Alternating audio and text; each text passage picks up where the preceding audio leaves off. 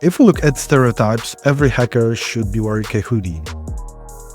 Here you are, not in a dark room, but in a very light room with some plants in the background, wearing your Hawaiian t-shirt. Is this even legal for a hacker?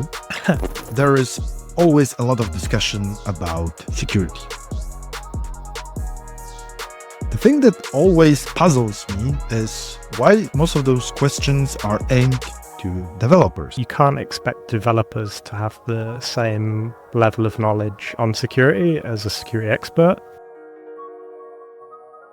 What vulnerability are you the most proud of? I found like 500 plus vulnerabilities in WordPress plugins now. The first vulnerability I actually reported was a really complicated one. It took like over a week to develop and figure out how to exploit this. I would generally never report directly to a company or a developer. They'll think you're a scammer or a spammer. One CEO reached out to me on Twitter after reporting a vulnerability to PatchStack and start having a go at me. It's a hell of a lot better to have a security researcher come in and explain the vulnerability to you than it is for a hacker to come and exploit that vulnerability where there might be monetary or reputational loss to you or the company. There is no shame in having a vulnerability in your code.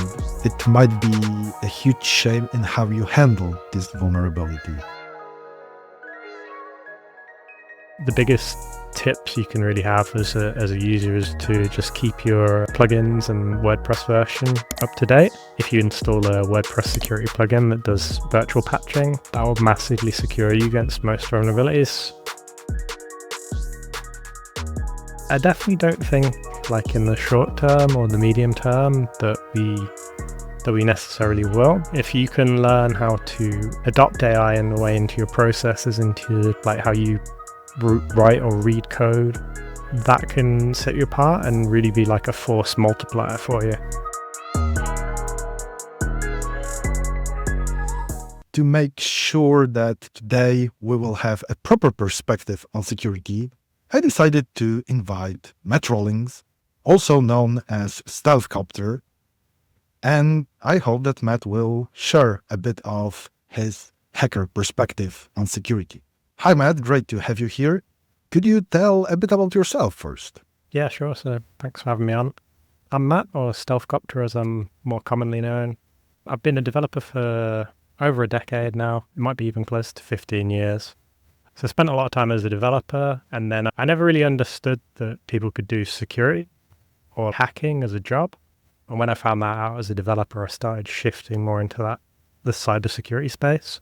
So I spent a few years doing application security, so helping developers secure their applications, write more secure code, get better defense in depth.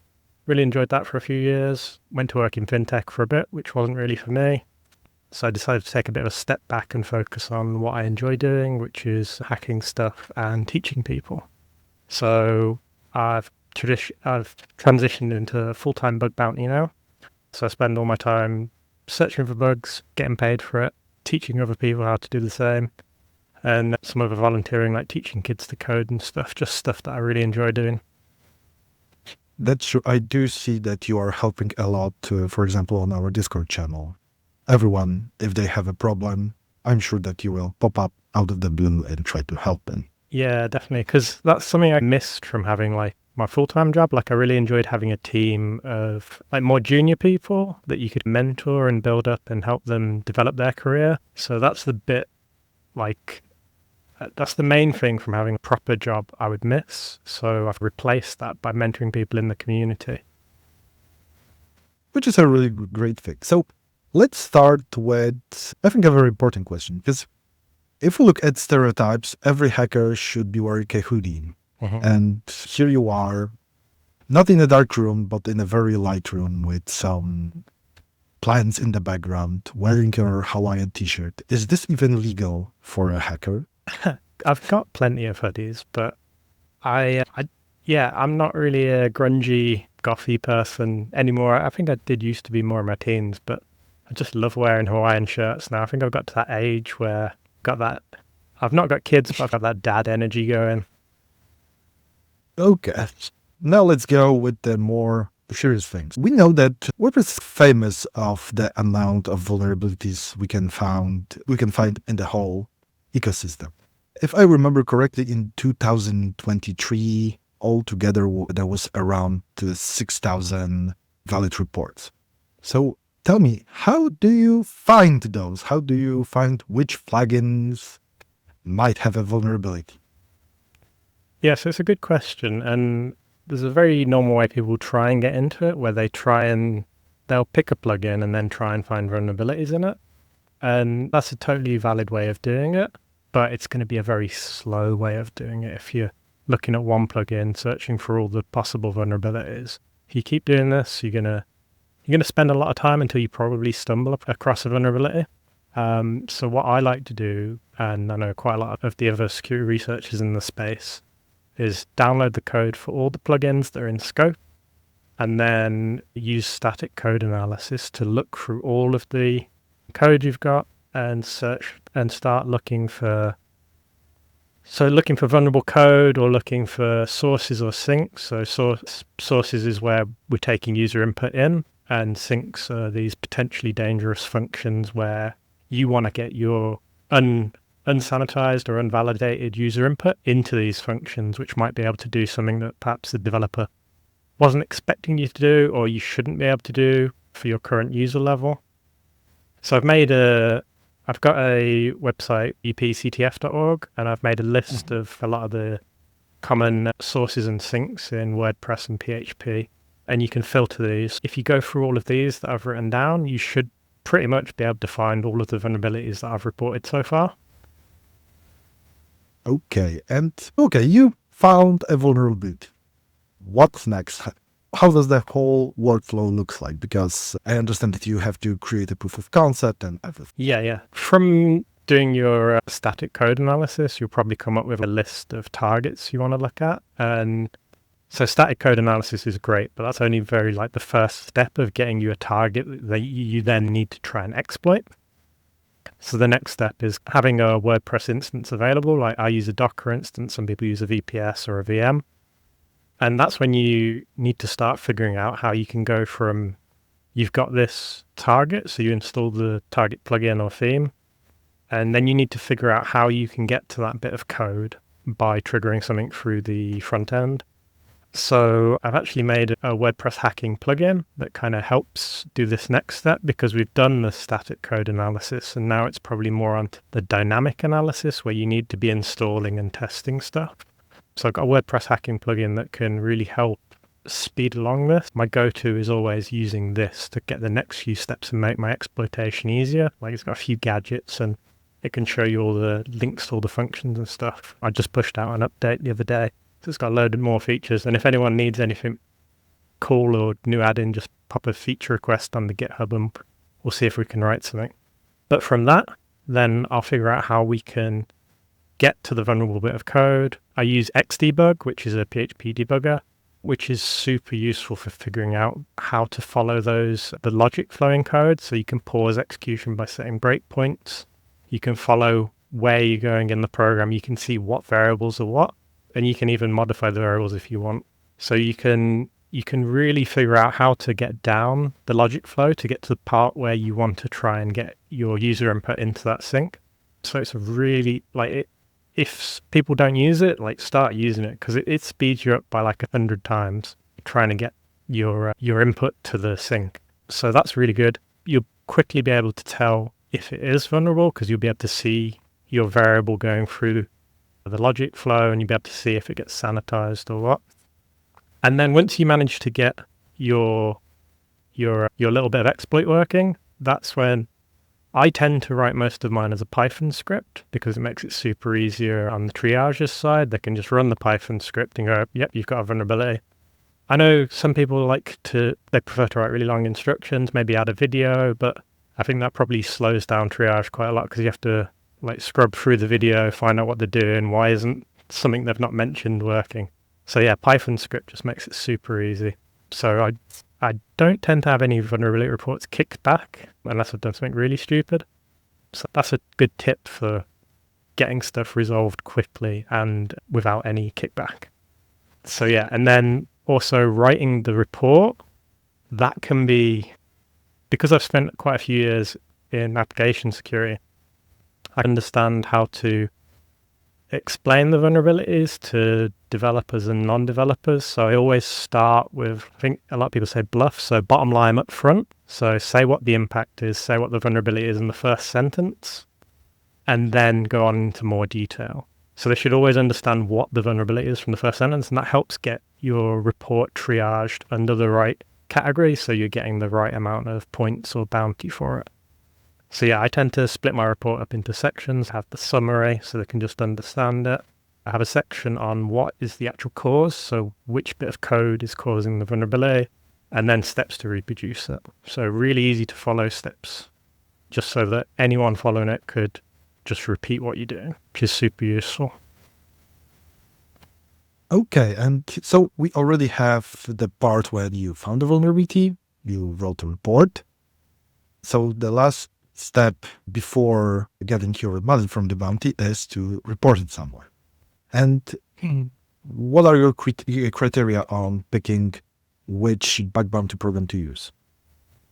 Yeah, so it mainly comes down to maths. So with a lot of traditional bug bounty programs, you don't have a choice of where to submit it. So you just submit it to one place, trying to make it as impactful as possible and then go in. With the WordPress bug bounty, it's a bit different because there's 2.5, depending on how you count it, bug bounty programs. So you've got PatchStack, WordFronts, and then you've got a private invite-only one from WP Scam, which is run by Automatic. It's not very popular. I don't think a lot of people submit vulnerabilities to it at the moment. And their restrictions are quite high. So it's over 50,000 installs and has to be unauthenticated or subscriber level with stored XSS or higher. So for most people, it'll mainly come down to submitting to PatchStack or WordFence. There's a lot of like little bonuses and stuff in play that can make it quite tricky to figure out where to submit to. So there's some vulnerabilities that will only be valid in one bug bounty program. Like PatchStack goes all the way down to 50 plus installs, which is really cool because there's, especially for people starting off, it means there's such a large amount of like plugins in scope. And if you look at those plugins with the 50 plus installs, there's new plugins getting up to 50 installs all the time. So you're constantly having that increased scope on plugins that haven't really had anyone look at them. So definitely the best for beginners there. WordFence, I think their minimum is 1,000, but I think for people who are new, the minimum is actually 50,000. So that makes it quite a difficult one for people starting off to actually submit to, because you need to submit a certain number before you can actually get accepted to submit vulnerabilities from a lower install count. So you can check their website. WordFence have a nice calculator you can use to see what the approximate bounty range will be. And PatchStack have a table you can use to figure out how many points you're going to get. So WordFence will tend to, they pay out a fixed bounty per bug you submit, whereas PatchStack will pay out a leaderboard. So if you're in the top 20, you'll get a payout each month. But then they've also got the 0-day bonuses, which is what makes it more complicated. So if you find a subscriber or unauthenticated vulnerability that leads to total compromise of the WordPress instance, you'll get a payout, which is pretty good. And there is also this leveling system just to Yes. make things a bit more complicated because it was too easy until that point. Yeah, so if you like that kind of gamified aspect, there's a lot of maths and stuff you can be doing there. Yeah, I think PatchStack has really nailed the gamification of it.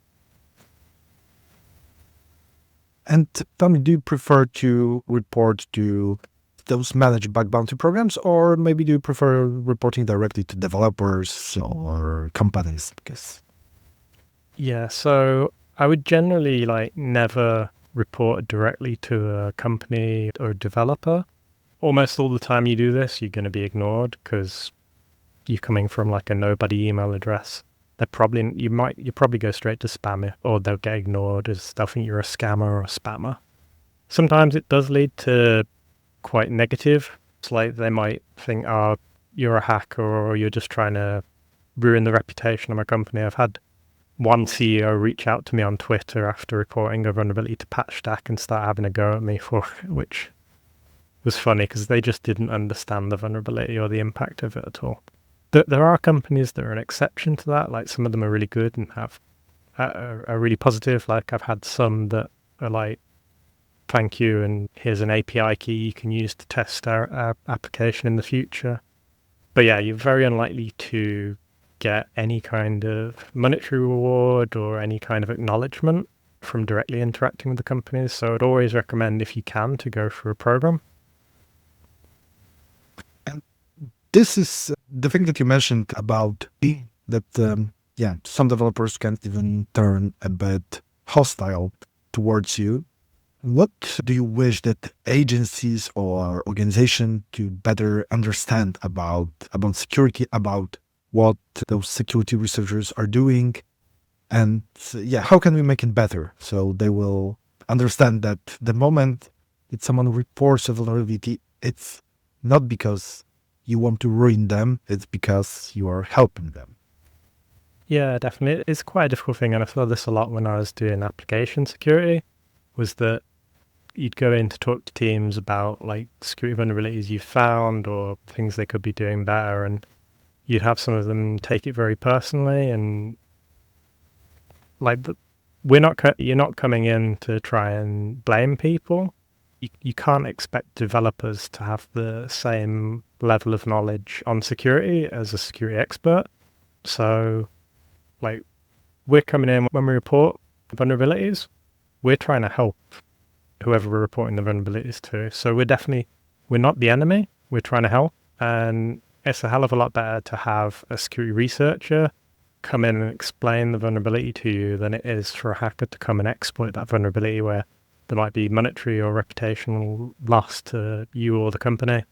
So yeah, definitely better us than cyber criminals using it. Yeah, this is also something that at many conferences I try to explain to others, that there is no shame in having a vulnerability in your code. But on the other hand, it might be a huge shame in how you handle this vulnerability. Yeah, definitely. On the other hand, we saw a lot of examples from quite a lot of companies how they could transition a vulnerability into, let's use this word, PR success. Mm-hmm. The way how they handled it, the way how they fixed it, and the way how they communicated it, because it's all around this. But let's go back a bit to those bounty programs, because you also have a lot of experience outside of WordPress. And how would you compare those bounty programs that are in the WordPress ecosystem versus the rest? Are there things that maybe WordPress is doing better, and what are the things we should learn from others? Yes, that's a good question. So I never really intended to become like a WordPress security expert or anything, but I'd been trying to get into bug bounty for a while. And it's quite a difficult thing to start off if you're a beginner, because you start looking at all these programs, and traditionally with bug bounty programs, they come at quite a late stage in a company's security posture. So if you look at all the people paying like hundreds of thousands of dollars to be on a HackerOne program or a similar bug bounty program, that's after they've done a lot of internal pen testing, security reviews, they've had a lot of eyes on the code. So they're looking for they've got rid of all the low-hanging fruit, and they're looking for more serious, more creative vulnerabilities. So that's not to say there aren't easy stuff out there, because they're always adding code, there's always going to be mistakes, but it's much later on in the security cycle of a company. Whereas if we look at the WordPress bug bounty ecosystem, it's completely different, because it's security companies like Patchstack and WordFence that are paying for the vulnerabilities and not the companies themselves. It means that a lot of the companies that this is actually protecting are quite early on in their security posture. I imagine 99% of the companies that have a WordPress plugin that's in scope for the programs wouldn't be able to run a bug bounty program on their own. Like they just wouldn't have the money or the capability or the staff to do it. So they're seeing like real value from like these companies coming in and providing this as a service to them, which I think is probably quite undervalued as well, because they're getting this for free effectively. So it's effectively a marketing tool for the security companies, right? So if they can convert just like 1 or 2% of the vulnerability, the company they report to these vulnerabilities, then they're probably going to make a return on the investment. So it's very good for all the other companies that are benefiting from this free security. And that's massively benefiting the whole WordPress ecosystem as a whole. Yeah, it's really cool. Yeah, so in short, WordPress has it all upside down compared to the rest, where there are just a few companies that kind of protect most of the ecosystem, while in other places it's more of everyone on their own. Yeah, exactly. And this is one of the things that makes it really good for people who are starting off as security researchers or people who are wanting to get into bug bounty hunting. So it's what I've done. I've found like 500 plus vulnerabilities in WordPress plugins now. And I've been using this to build up my skill level and confidence to go into other bug bounty programs and start finding stuff. And I've started having a lot of success doing that. But I've run a workshop a few times at local B-Sides events, trying to teach others how to use WordPress bug bounty as like a way to break into bug bounty as a whole. So I think it's really valuable for people starting off and trying to develop those skills as a bug bounty researcher.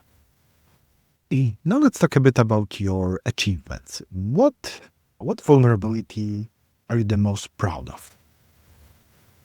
Yeah, so I found a lot of weird and wonderful stuff. The first vulnerability I actually reported was a really complicated one. And like I just couldn't look away from the code. This was over Christmas, so it actually became like a little Christmas hobby for me.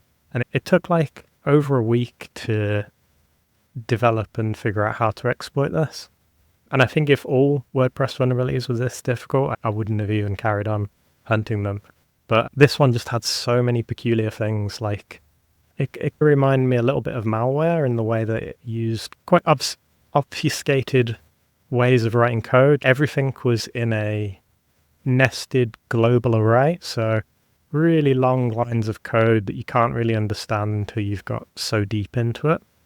But it was just one of those things where it had like one of the things we talk about in application security is like a code smell, where you can see that something is slightly wrong and it indicates that there might be a bigger problem there. So you see these code smells and you're like, I'm going to dig a bit further into this.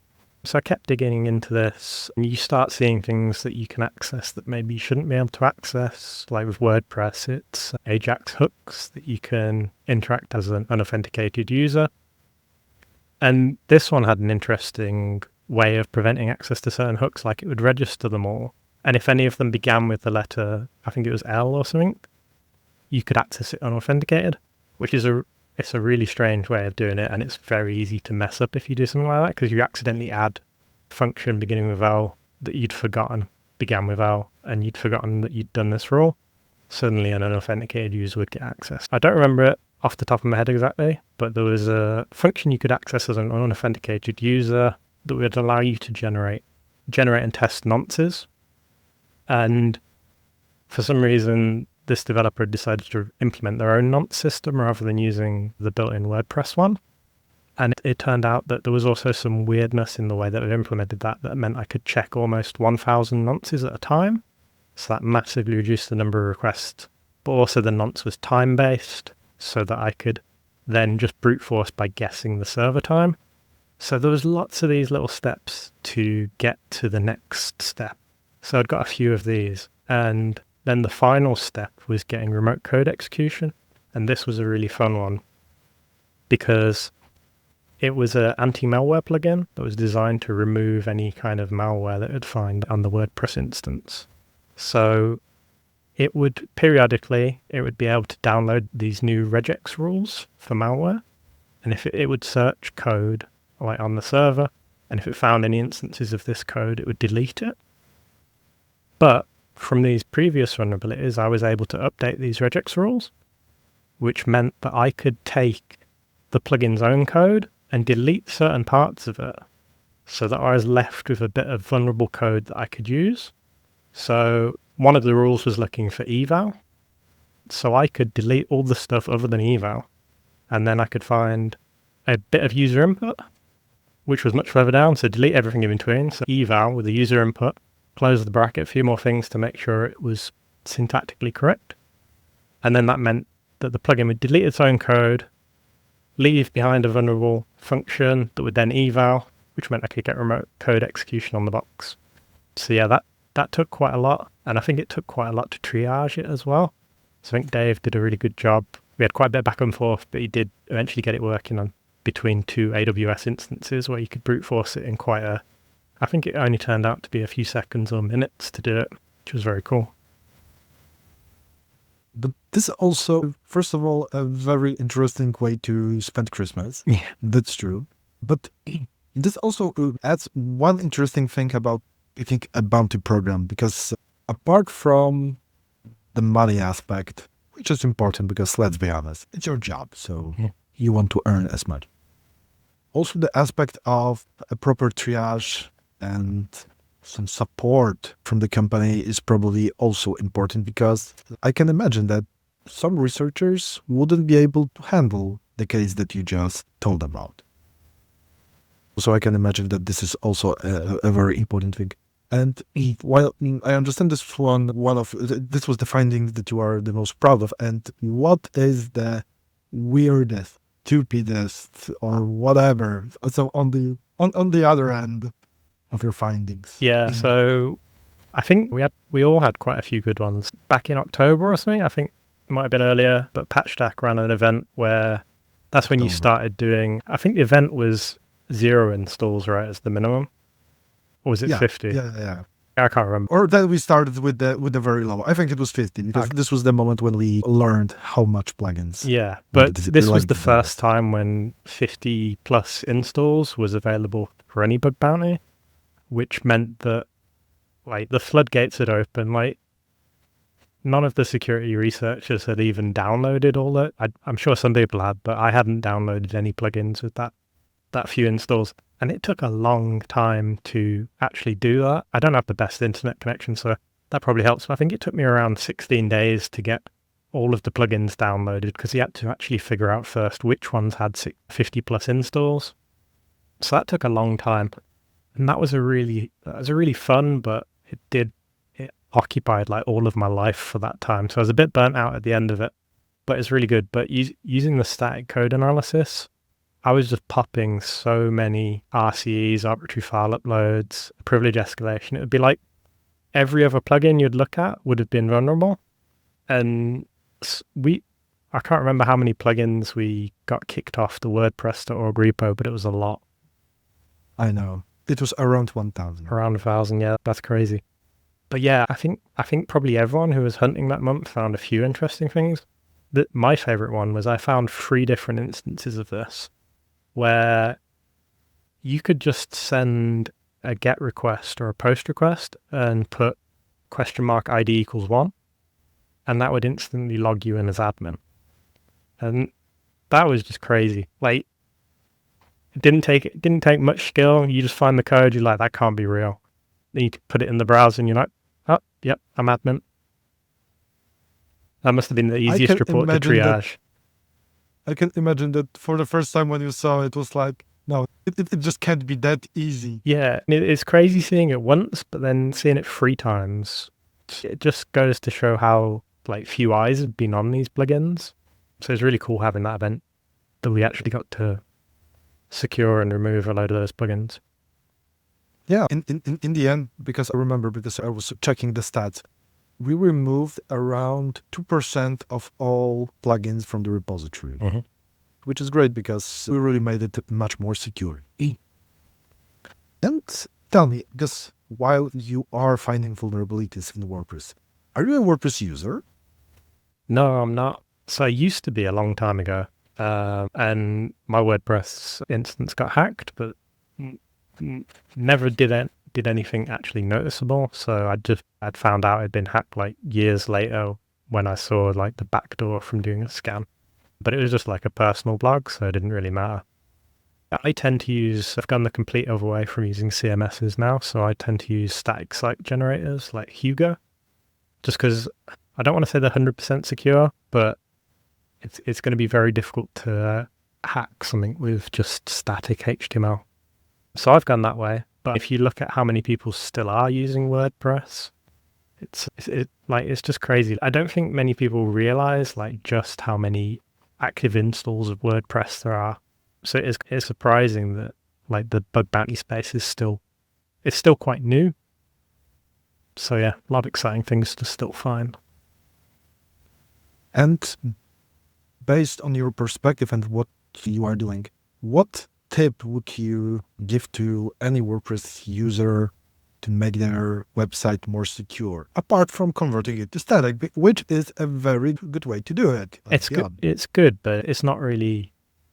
You can't really recommend that to someone who aren't like technically skilled. You can't really be expecting them to go and git commit all of their changes when they want to do a blog post and stuff. So it makes sense why WordPress is so popular, because it's so easy to use.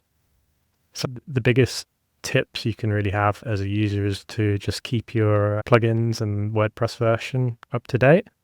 And if you install a WordPress security plugin that does virtual patching, then that will massively secure you against most vulnerabilities. So you'd only probably be vulnerable if you did have a plugin that had a known vulnerability. You'd probably only be vulnerable for a day or two. So it'll massively reduce your chance of being hacked. It's also worth having like a plan for if you did get hacked. Do you have a backup? Can you restore from that? That's always a really valuable one that I think everyone's probably learnt their lesson at least once. If you've accidentally deleted or formatted your hard drive by accident, it's a trial by fire, so you learn how to do this after messing yourself up a few times. True. What can I tell? This was also the moment when I started doing backups after making a small mistake on production. It happened. And do you see a huge difference in the way how plugins that are created by those bigger companies are compared with those created by, let's call them, indie developers, especially in terms of security? Yeah, so I think it can really vary, because as a security researcher, I try not to have in my mind this kind of divide between an indie developed WordPress plugin and like a big company that's developed this plugin. Because a lot of times the bigger plugins, they'll still have been written by an indie developer. They've just been bought out by a big company at some point. So I think as a security researcher, it's important not to have that kind of bias in your head when you're looking for vulnerabilities. And this is true of like when you're going with other bug bounty programs. I think it's important not to think in a negative way where you're thinking, someone like, this is a big company, there'll be no vulnerabilities here. Someone else has found all these vulnerabilities. Because there's still lots of really silly or basic vulnerabilities in massive companies and applications that some security researchers come up and gone, I wonder if this works, or just trying something you wouldn't expect. So there's a lot of those bugs that can just be hiding there that you don't think to try because they're too obvious or too silly.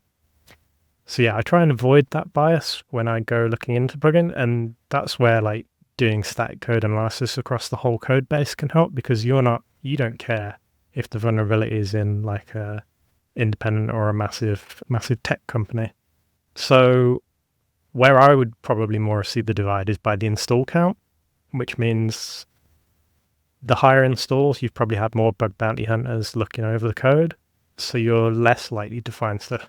But again, you don't want to introduce that bias where you're thinking you're not going to find something, which will mean you'll end up fulfilling that prophecy and not finding anything. And sometimes I think even having a big company would be a disadvantage, because with the indie developer ones, you've probably got quite a passionate developer working on the product, so they really care about what they're doing. And maybe it could be their sole source of income, so it could be something they really care about keeping secure. So they're more likely to spend that time and love on the functionality to make sure it is good. Whereas if you're an employee in a big company, you might be more junior, just working 9 to 5, trying to get a paycheck.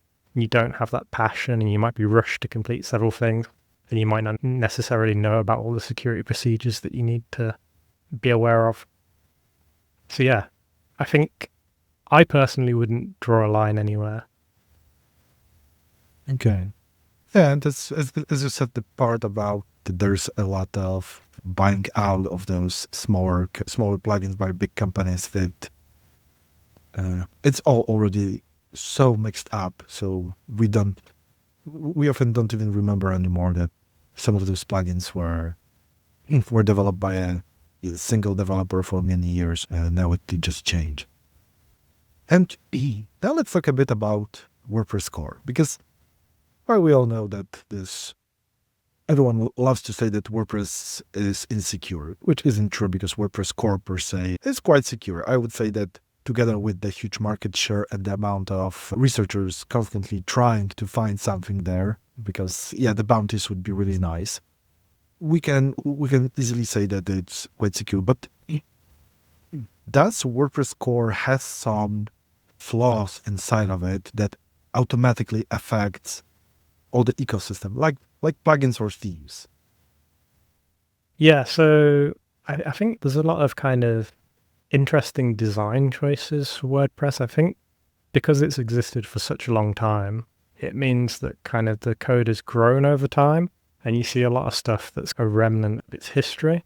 There's a lot of stuff in there that isn't really used, but is still in there for some reason. And I think there's quite I don't know if scaredness is the right word, but there's definitely a hesitance to implement changes, especially changes that might have impact for backwards compatibility, because the popularity of WordPress really relies on the plugins, right? Because without the plugins, like WordPress is a very basic CMS, so the plugins is where it gets its real advantage from. Yeah, there's some weird stuff. There's some weird functions. One of the things that I find weird is that a user's first and last name can contain any characters as long as it's not an angled bracket. So I wrote an automation that searched for themes that could be exploited by setting a user's display name to something with quotes in. And if you get a quote character inside a HTML attribute, you can escape that attribute and get cross-site scripting.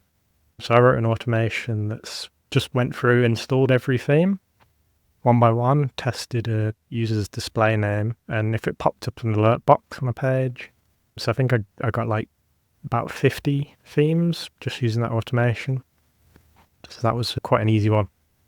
Yeah, and there's other stuff that I think they do in WordPress Core that kind of confuses developers a little bit, like with the use of nonces, which is supposed to be a number used once, but in WordPress you can use it as much as you want within a 12-hour window. So they're used as CRSF, so cross-site request forgery tokens that might be used in other apps, and they should never really be used for authentication. And WordPress have this in the docs, but if you look at a WordPress plugin, like a lot of the times you'll find that it is used exactly for authentication. And this on its own isn't a vulnerability, but it's very easy to mess this up and cause a vulnerability by accident. Because if you accidentally leak that nonce somewhere, and that nonce is the only way of doing authentication for the function you've got, then you can get an exploit there. So it's quite a difficult one because WordPress has these like security things built in, but it really relies heavily on the developer understanding how to use these. And there's quite a lot of intricacies with how you should be using them and how you shouldn't be using them. That means there's a lot of pressure on the developers to get this right and know how to do it, which I don't think that's really fair, especially when you're relying on these developers so much heavily to bolster your ecosystem and the amount of plugins and code they're writing.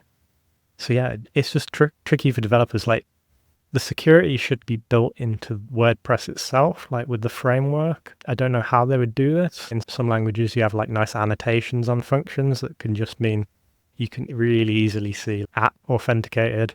This function should only be for authenticated users. Then you could put the role for that in brackets or something, and then you'd know exactly what role was for each function. And that's the kind of thing you could start having into an automated scanner. So you could go, this function is unauthenticated, did you mean it to be? Which I think with code scanners at the moment, it's quite difficult because they can't have that contextual understanding of what the code is supposed to be doing. It's very hard for a static code analyzer or even an AI to be able to know if a function should be accessible, and if it is accessible, by what user level it should be accessible. So yeah, it's really hard, and it's something that AI will probably get better at, but that's part of it where the security researchers can really understand the best by knowing what should and shouldn't be accessible by each user. And you mentioned and guessed my next question. Let's talk about AI. Do you think that AI will start taking over security researchers' job? Yeah, I mean, there's always that kind of question or that risk of people losing their jobs to AI. And I definitely don't think, like in the short term or the medium term, that we necessarily will. There's a lot of stuff where AI is going to be used in conjunction with security researchers. And I think this is true of every industry where AI has the danger of replacing you. It's where you want to become AI assisted. So as a researcher or a programmer, if you can learn how to adopt AI in the way into your processes, into like how you write or read code, that can set you apart and really be like a force multiplier for you. So I use AI quite a lot, and there's a lot of stuff it can do, and there's a lot of stuff it's less good at as well. Because when we talk about AI, we're predominantly talking about LLMs at the moment, which if you want to look at an LLM for doing code review, it's probably going to be quite good at a basic level. But because it doesn't have any kind of contextual understanding of stuff, it's really going to mess you up if you start giving it a lot of code and going, where's the security vulnerability? It's probably going to go off and start finding stuff that isn't there, start talking about stuff that you don't care about, like best practices. So it's very likely to miss stuff. So I wouldn't use it for doing any kind of security review, but if I want to write some scripts to help me find more vulnerabilities quicker, then that's where AI will really help. And it's really good at accelerating boring tasks. So anything like you find boring, it probably means you're doing something really repetitive. And that's where AI and computers, they should be doing the boring, repetitive jobs for us, because we want to keep the fun jobs to ourselves, right? There's no point getting the AI to do all the fun stuff, because then you'll just become the boring part of the process. So yeah, I find it's really good at helping me write reports. So I tend to write my reports as a template and then use these templates, fill in the gaps, and then submit. But it's really good if you can't figure out the wording or something in a summary, you can say, how's the best way to write? You can just give it a Python proof of concept, HTTP request or whatever, and say, help me write a report. Here's the kind of structure I want, and it'll do a really good job. And then you can iterate if it's not quite right, make the summary shorter. I don't need 2 paragraphs explaining this is a vulnerability. But it's really good at that kind of, I've always called it like stakeholder talk, like where you need to explain what's going on in a really basic yet impactful way. So yeah, adopting AI into your processes can really help you. Yeah, I agree here because even from my own experience right now, I do using AI for, especially when I look at a new code base to, for example, explain this function, what is happening here. This was always the part that took a lot of time, especially when you started a new project. And with you as a security researcher, you are constantly switching contexts. So that's a very difficult part, which, for example, for me, would be very hard because I always prefer to stay in one code base and continue working in it. Yeah, And you are and constantly switching contexts. one of the other things I like is that you can, say you've got a load of documentation or code, you can attach that to an LLM, upload it to an AI. And there are ones where you can upload the document and you can either set it up as a podcast, so you have people explaining what the documentation is, or you can interactively ask questions. And I've seen there's some companies popping up where they'll take all your security documents and then you can interactively talk with them so you can understand what it actually means for you. I think that's a really powerful way, as long as they're not having hallucinations and stuff that doesn't exist. That's going to be a really powerful way to quickly get information out of stuff that might take you a bit longer to do manually. It's really great to hear from you that you don't think that, especially the short and midterm, that it will take jobs, but on the other hand, it can be a really great tool in every researcher toolbelt that will just speed up the process, remove the boring part. Because I can imagine that the October example, when everyone was reporting like crazy, even writing the report took quite a lot of time compared to the rest of the process. Yeah, and just submitting the reports took a lot of time as well, like filling all the boxes in the forms. Oh, yeah. Yeah. So agent would be a Yeah, really yeah. good thing. So next time, right? Mhm. Next time we will try it. Yeah, it's one of those Okay. things where you always weigh up like how long it's going to take to do this manually versus should I write a bit of JavaScript that fills these in all for me? So I've come very close to doing that a few times, but just haven't yet. Yeah, I'm always a poor judge when it comes to when I should automate something and when not. Okay, so Matt, I think we covered quite a lot. We learned how finding vulnerabilities looks like from your perspective, how the process looks like. Also, you shared quite a lot of interesting findings about WordPress Core and its code, and of course about bug bounties because that's also something very important. And I do hope that companies that will listen to our talk and decide after this that, yeah, maybe we should invest a bit more into our security approach in general, because they can just benefit from it. So that said, thank you so much for spending the time with me and sharing all your knowledge. And have a great day. Yeah, thank you very much.